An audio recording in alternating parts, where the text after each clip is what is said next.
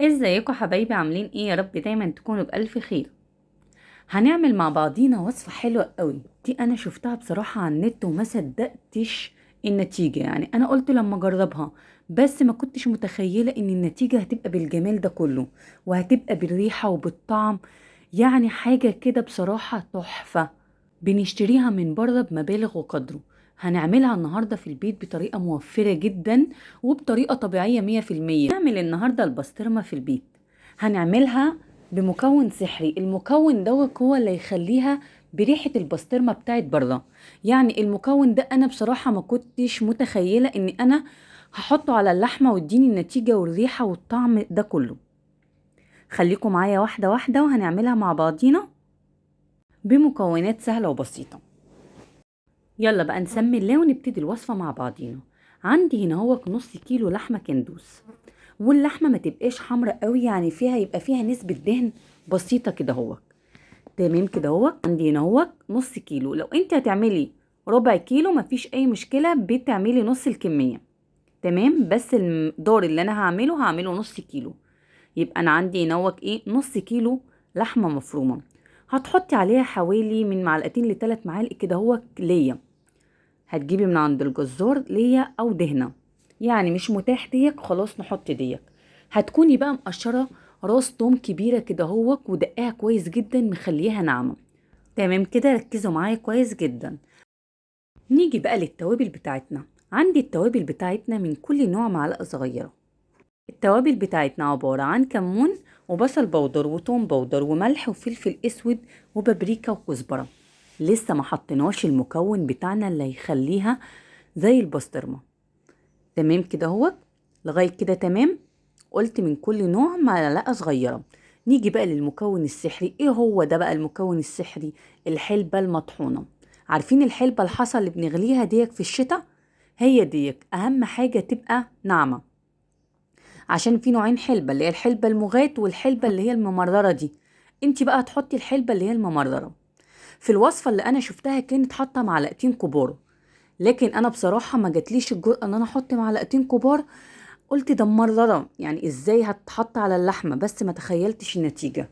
بس انا حطيت معلقة كبيرة والوصفة كانت تحفة.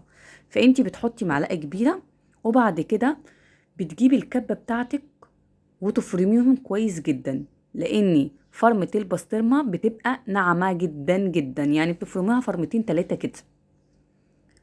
طب انتي مش عندك كبة، مفيش اي مشكلة. المطحنة بتاعت الخلاط اللي بتطحني فيها التوابل، بتاخدي قطعة قطعة وتطحنيها. المهم تبقى النتيجة معاكي في الاخر بالشكل اللي انتي شايفاه دوت في البولة، وهوريها لكم. خليكم معايا، احنا لسه ما خلصناش الوصفة بتاعتنا. اللحمة اللي انا مستخدماها كان دوز مش جملي، عشان محدش يعملها باللحمة الجملي. هتشد معايا وهتطول في السوا ومش هتبقى حلوة. فالافضل ان انتي تعمليها بلحمة صغيرة كده هو. بعد كده بقى المكون التاني اللي هنستخدمه ايه هو عشان نخليها بلون البسطرمة؟ اللون الاحمر. في الوان اللي هي الالوان الطبيعية، البودرة او السائلة، بتبقى مخصوصة للحاجات دي. يعني بنلون بيها الكيكة، الكريم شانتيه. بتستخدميها، هي صحية. بتحطي نقطة نقطة لغاية ما توصلي للون اللي انت عاوزاه. ما بتزوديش قوي عشان ما يبقاش لونها مبالغ فيه. لما بيبقى لونها مبالغ فيه ما بتبقاش حلوة. احنا عاوزينها زي بره بالظبط. فانت بتحطي نقطة نقطة لغاية ما توصلي للون اللي انت عاوزاه.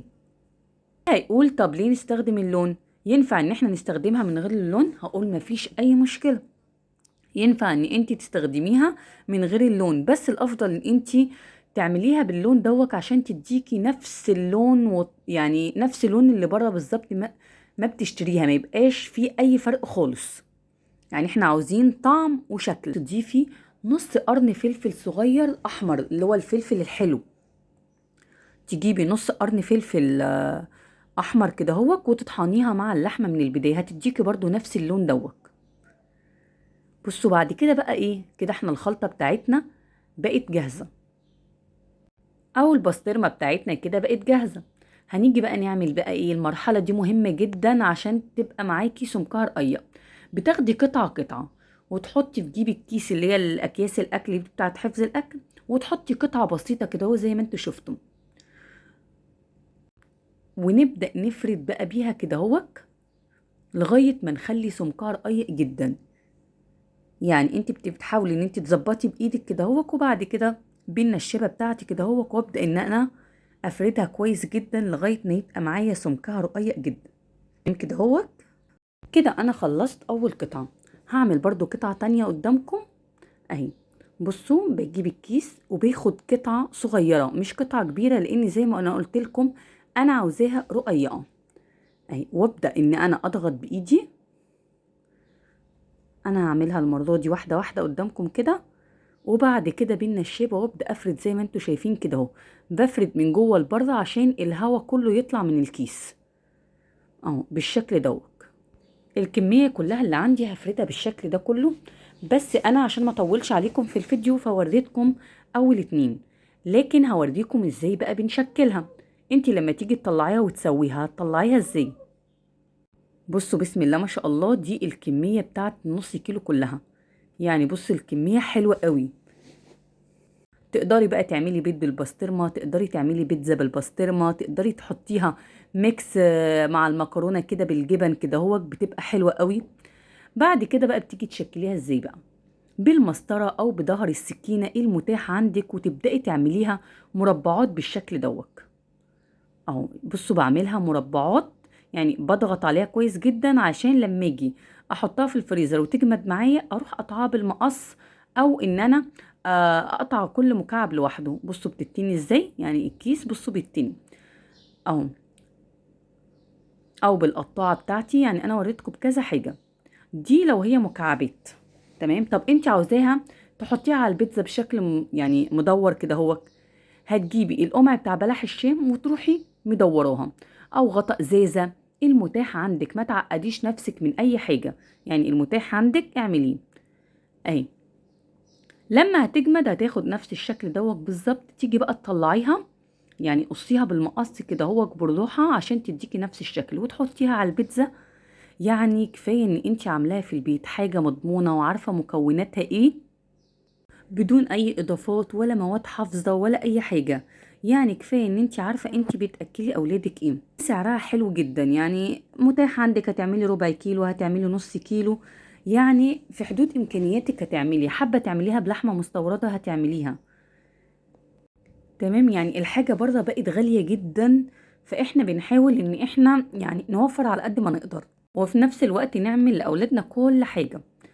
انا هوريكم بقى دلوقتي لما هنسويها. يعني نعمل بقى ايه، قرص بيض كده بالبسطرمه نفطر بيه كده هوك، بس هنعمله بقى مع بعضينا. انا جبت هنا هوك معلقه بقى سمنه بلدي كده هوك مع سنه زيت، وابدا بقى اسوي البسطرمه بتاعتي. يعني البيض زي ما بتعملي بقى زيت بقى سمنه زي ما انت بتحبي ان انت تعمليه، بس بقى بالسمنه البلدي بيبقى لا يعلى عليه. وبعد كده وهي بقى بتستوي، اهم حاجه ان انا اسويها كويس جدا يا جماعه، عشان دي لحمه فلازم تستوي كويس جدا.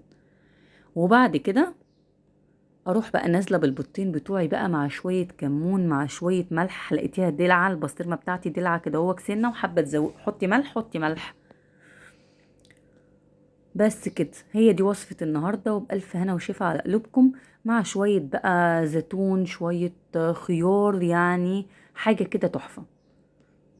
دي كده بتكون وصفتي النهارده، اتمنى ان هي تكون عجبتكم، وبالف هنا وشفا على قلوبكم.